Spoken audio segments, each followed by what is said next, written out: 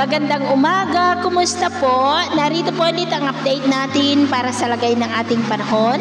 Ngayong umaga po ng June 6, 2024 na kung saan sa ngayon ay nananatili na walang anumang sama ng panahon sa loob at labas po ng ating area of responsibility, pero may habagat po o yung southwest monsoon na umiiral ngayon sa kanlurang bahagi po ng ating bansa na siya pong nagdudulot ng mga isolated rains na madalas po nating nararanasan lalo na po sa kanlurang bahagi at may shoreline o frontal system na nag-i-extend naman sa silangang bahagi po ng Luzon.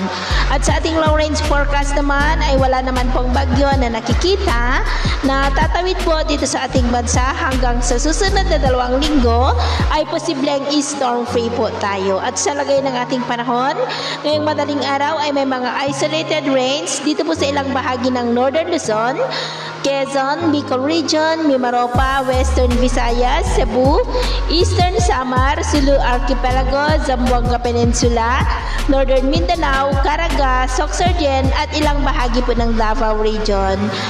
At mamaya po ay sisikat ang araw sa malaking bahagi ng ating bansa pero may tsansa pa rin ng maulap na kalangitan with isolated rains sa ilang bahagi ng Cagayan, Apayao, Bicol Region, Romblon, Palawan, Panay Island, ilang bahagi ng Negros, southern part po ng Cebu, Sulu Archipelago, Zamboanga Peninsula, Northern Mindanao at ilang bahagi po ng Caraga.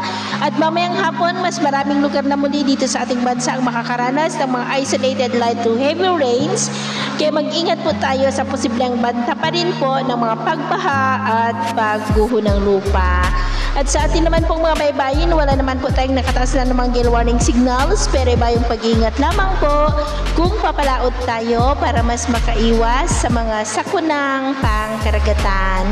So, yun po lang latest update natin sa araw na ito. Ako po muli si James na nagsasabing sa kahit anong pagsubok po na darating sa ating buhay, huwag na huwag po tayong mawawalan ng pag-asa. Thank you and God bless!